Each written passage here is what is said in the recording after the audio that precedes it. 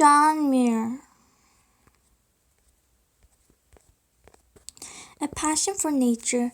Long ago, when people in the United States were settling the West, many spoke about conquering nature. They wanted to clear land and use natural resources without restraint for houses, food, clothing, and other needs. John Muir instead spoke about honoring nature. Muir's passion for natural world, and lured him away from civilization to live for years in remote cabins. It drew him to explore on foot vast areas of California, as well as travel to many other parts of the world. Muir's deep devotion to nature helped expand public awareness of the environment. He was an avid champion of wild places, an eloquent writer and speaker, and the founder of a key environmental organization. His words pursued many people to become involved in the effort to preserve wilderness, including his beloved Rosemont Valley. Early life. John Muir was born on April 21, 1838. It was Dunbar, Scotland. His father, Daniel, was a businessman, a former soldier. His mother, Anne, was a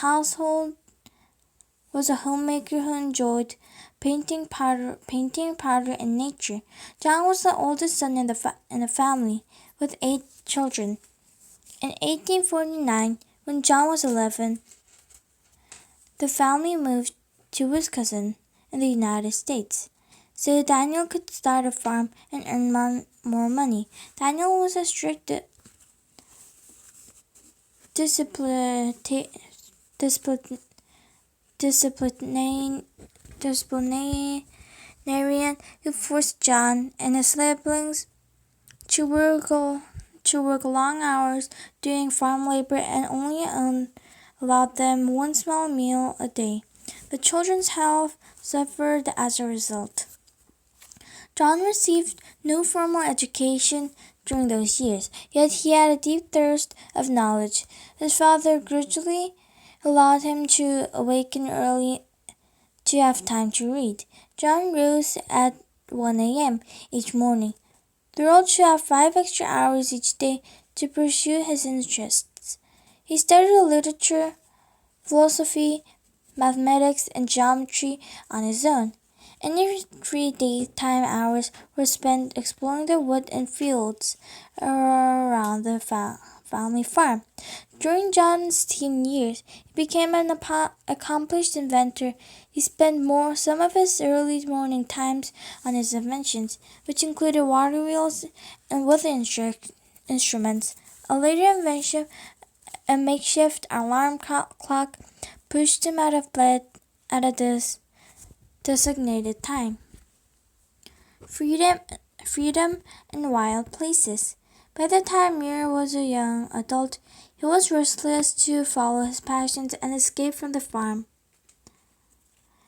An irresistible opportunity presented itself when he was 22. A neighbor suggested that Muir show his inventions at the 1860 Wisconsin State Agriculture Fair in Madison. The inventions, particularly Muir's alarm clock, was a huge hit. Jean Carr, one of the judges and Muir's future mentor, awarded him a cash prize. As a result, he had some independence for the first time of his life. Instead of returning home, he decided to stay in Madison and attend college.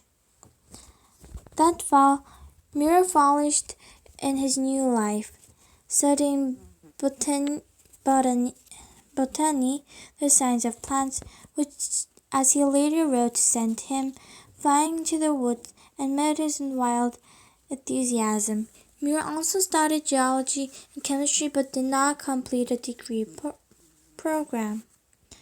In 1863, he left Madison to attend Madison to attend what he called University of the Wilderness. He traveled on foot around Canada and parts of the northern Midwest, closely observing nature and taking odd jobs to pay his way. In 1866, Muir took a job holding as a mechanic in Indianapolis, Indiana. The following year, he suffered work-related eye injury that temporarily blinded him. Although he feared that he would permanently lose his vision, he returned over a period of months.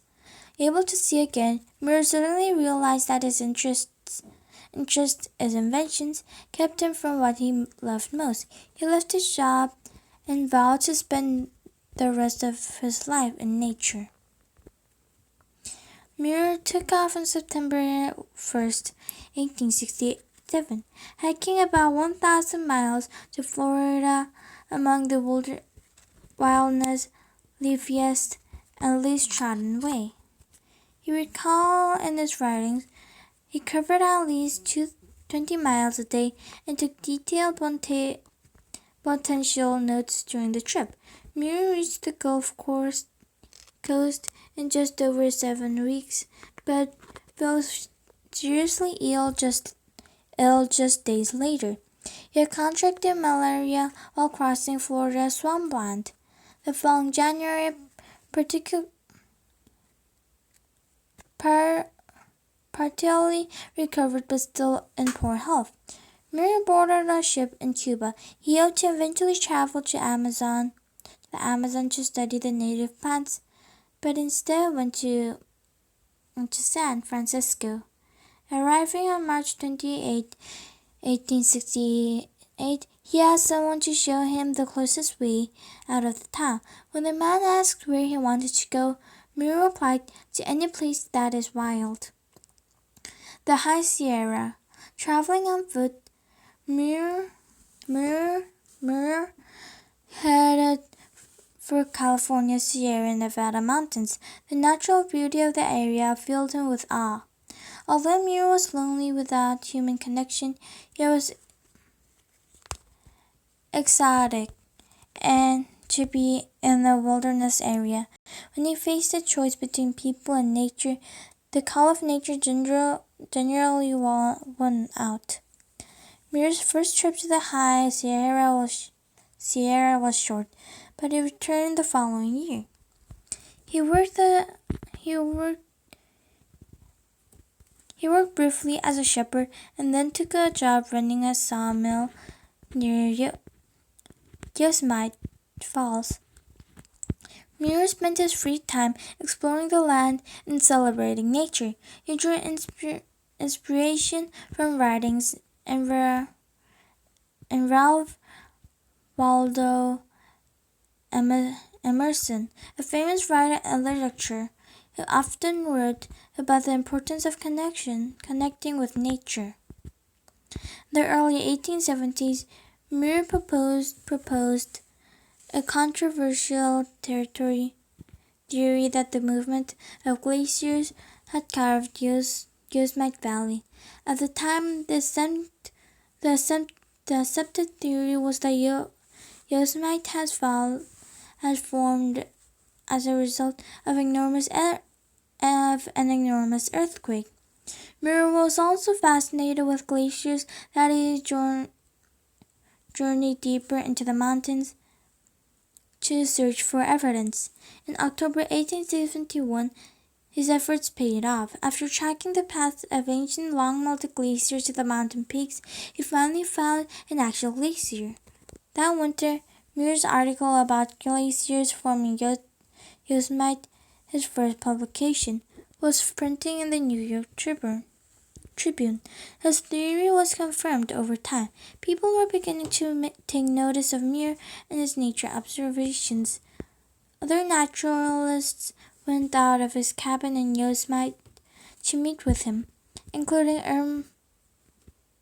Emerson in 1871. Nature writer and activist. After getting to know Yosemite so thoughtfully, Muir began to devote more time to writing about his experiences. In 1873, he moved to Oakland, California, and started writing magazine articles that made him famous throughout the United States. Muir wrote on behalf of nature, both to call attention to its beauty and to urge people to protect it from destruction. In April 1880, Muir married Louis Strenshall and moved to Martinez, California, where her family owned a fruit ranch. Just a few months later, he left on a trip to Alaska that lasted over a year. After returning, he limited his travels for 7 years and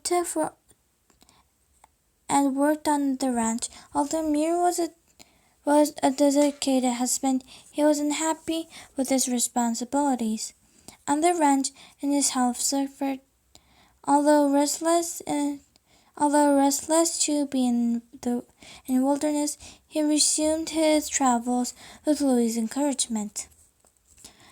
Muir's trip in Yosemite in 1889 resulted in the publication of the two widely read articles about the area's beauty and the importance of protecting it.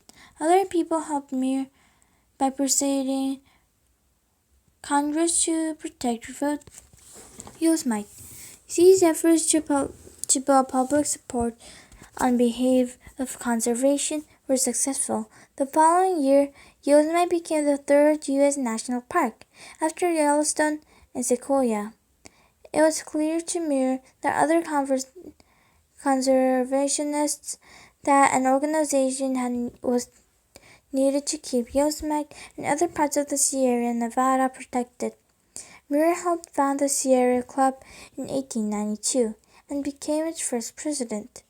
The club's proposal now includes protecting nature areas and wildlife throughout the United States, as well as finding solutions to global climate problems.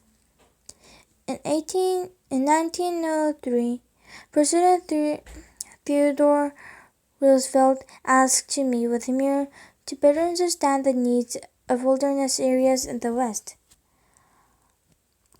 Honored, Muir took him on a camping trip into Yosemite. Muir used the opportunity to evocate the setting aside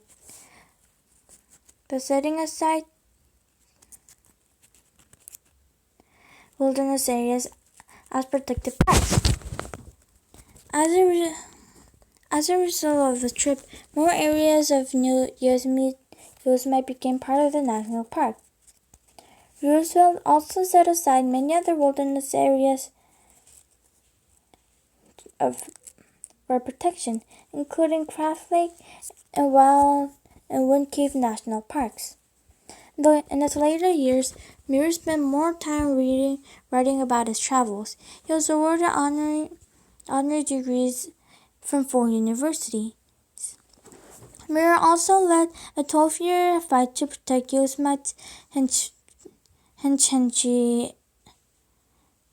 Hetchy Valley from being flooded by the proposed dam. Despite efforts to stop the project, including a letter Muir wrote to Congress, it was approved in 1913. However, the fight raised public awareness about the protection of wild places. It also contributed to the 1916 creation of the National Park Service, which established stronger protections for all U.S. national parks. John Muir died on December 24, 1914. Although he did not live to see the founding of the National Park Service, his efforts helped to make it a reality. Muir's legacy. John Muir was one of the first people to call a practical action to preserving wild places. As a founding father of the conservation movement, he devoted much of his life to protecting wilderness areas to future generations. John Muir came to came from humble beings and struggled for years to find his true path in life. Yet the natural world always called to him, inviting him to know it better and witness more of its wonders. As he did, his purpose became clear. Muir's contributions to environmental conservation has earned him the place of honor in American history.